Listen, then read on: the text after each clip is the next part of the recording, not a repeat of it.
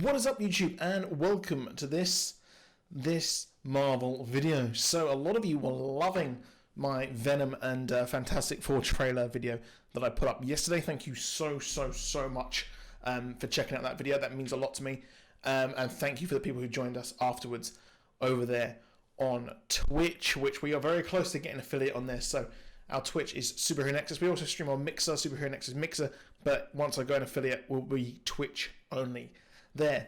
But there's been some really cool bits and pieces coming out of Marvel as of late. There's quite a few different bits, and I have a full notes app full of videos for you guys here, and I just literally just sketch out what I want to do. But one of the things is that I will have an idea for a video. I did say I would do a video on the timeline of the rumors, so the leaks and the rumors that we have at the moment. I was going to put them together and kind of see what the phase 4 and 5 are currently looking like. I will still do that video, but it's just the fact that we've had some really cool information come out from Sam Raimi, who's basically said that he's working on Doctor Strange and the Multiverse of Madness.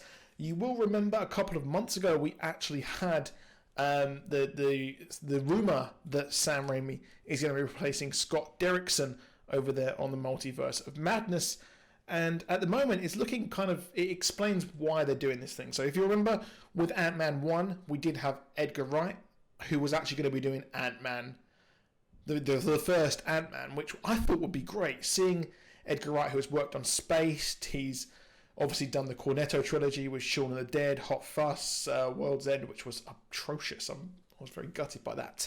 And seeing him work with people like Paul Rudd, who is just one of the greatest comedic actors, I think, in a very, very long time. And he was, of course, part of the sort of frat pack group there with Will Ferrell and the like. But what is curious here is the fact that obviously they've had a director change. And they do that because it's not fitting the vision. So Ant-Man, Edgar Wright, he has his niche. And I think that he wanted to do his own certain thing, and it just didn't fit in with where they were going. Because if you remember when Ant-Man came out, it was very early on in the MCU, so to speak. We didn't really have the huge kind of Infinity War set up just yet, and I think that Ant-Man what he wanted to do didn't fit with their vision. Now, of course, Scott Derrickson being the lamb to the slaughter here in Multiverse of Madness does seem very much like a transitional film. I'll explain what I mean by that.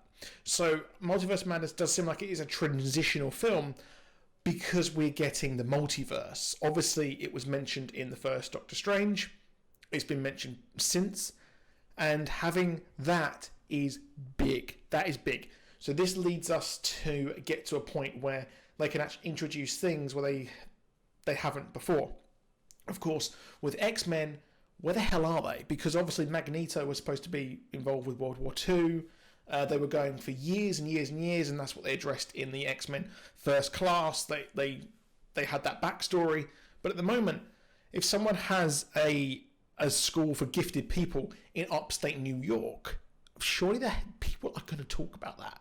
People must be talking about that. And it's weird that they haven't actually been added yet, which I think what we're going to see is the X-Men. We will see a version of them in the Multiverse of Madness to set them up. We'll see the established lot that we have now. I think we'll probably see some big cameos there in the Multiverse of Madness, as obviously we will be involved with the multiverse in that movie. So I think what will happen possibly is the fact that we will have Hugh Jackman as Wolverine briefly. It will be like the things they did in Deadpool, and maybe a bit more where they actually have him, and it will be kind of a shot. If you've seen the Crisis on Infinite Earths in the Arrowverse, where they have people like looking up the sky as it's exploding and stuff, I think that's kind of what they'll do, and then this will then lead in to X-Men being introduced into the main continuity, and I think that will be the Weapon, sort of the Weapon X program. And I can see the Weapon X program being an extended point of the Captain America program. So obviously Captain America was first. We had your boy himself, Bruce Banner, that was the Super Soldier program, which General Ross wanted to use for his own good, and then we're going to see Wolverine and that created, and I think that we'll see over time this will happen. Another idea is the fact that Scarlet Witch actually said no more mutants in Multiverse of Madness, but that was it messed with time, and that meant no mutants ever existed ever, which is why we've never actually seen them. I think that's pretty cool. But this is why they have changed the director, because Sam Raimi is, one, he's a trusted name. Two, he has done big trilogies. The less said about the third Spider-Man, the better. And I think that it's very curious timing that we had J. Jonah Jameson appear in the MCU. That's when that rumor started coming out. And I was like, hold on, this is weird. This doesn't make any sense. It's just bizarre. But it does work, because I think that part of the way they got Spidey to come back and making a third Spider-Man movie within the MCU, I think that was part of the deal with Sony. So I think that part of the deal was the fact that we will actually be getting Spidey in the Sony movies, which is why they've actually directly referenced Spider-Man in the Venom 2 trailer. It's referencing what's happened in the MCU. So they're seeing more synergy there. And if you remember I can't remember the name off the top of my head, but the woman at Sony said that they are connected, and Kevin Feige was like, what? So I think they've kind of done a deal there, which is why the director was changed, because his movie didn't fit in with setting up things like Spider-Man and Spider-Verse and all of that. It just didn't fit in. Then it's been rewritten, and they're getting the Loki writer on board as well to work on that.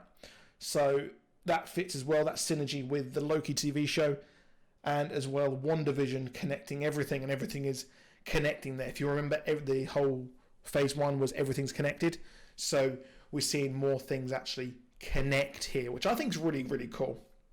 I think seeing that work would be pretty awesome. So obviously J. Jonah Jameson is in there, and seeing the kind of Raimi trilogy would work. And I think that now with Bruce Campbell heavily hinting that he'll be involved in the movie, and a lot of people said he's just joking. No, he's not. No, Bruce Campbell is a bankable cult star. He will be in this movie, but to the extent of what he will be, it's difficult. It's difficult. I want to see them pick some kind of like C-list Marvel character and have him be an over-the-hill version of that, which I think would be really, really funny. So I'm definitely thinking that Spider-Man, the multiverse part of the deal, is to allow them to use him and things like that. I think that would work very, very well. And seeing this work, and the multiverse is a big part of this. And I think the multiverse is the key, which is why I'm saying why they have changed the actor, why it is such a transitional film. It's connecting with lots of different things. And that story of Doctor Strange, it needs to work with everything else. And what is curious as well, Raimi has said that, well, when he mentioned Doctor Strange in the Spider-Man movie, they had no plans to make a Doctor Strange movie, and it's just happen chance that this has all come through there in one place. But we've also had different things from Mark Ruffalo, who has hinted that he possibly will be in She-Hulk. He said that, well, he's not in it yet, but he will be. If the thing is right, if it works, adding him in works as well. And Hulk, again, is key to all of this, because he was part of the Super Soldier program.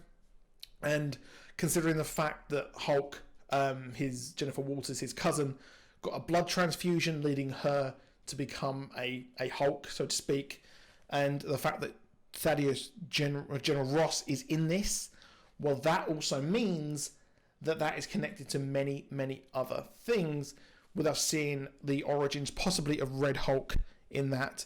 And like I've mentioned in lots of other things, we have had the tease of the Young Avengers as well. So it's all getting connected here in an interesting way, because the leader who helps Banner, I expect he'll probably become MODOK over in Ant-Man 3, and that is how we'll tease the whole MODOK thing and I think that we'll see the origins of possibly the Thunderbolts in one of these TV shows hinted. MODOK will be hinted. AIM will be hinted in Winter Soldier and Falcon, with them trying to create another Captain America. I think that's what we'll see. And it would all be them trying to create a new Captain America, linking into Red Hulk, creating a new team. So everyone will be using the same sort of serum to create what they actually want, and that's where Wolverine probably will actually come into it. And I think seeing the X-Men form in the modern day, I think it'd be pretty cool. Just change the times up and things like that. But let me know what you think in the comments down below. Please do like and subscribe. We will be on Twitch tonight as well. Twitch.tv/Superheronexus there, so you can go and watch us there. But that is it for this video. Please drop a like. Please do subscribe. See you soon. Goodbye.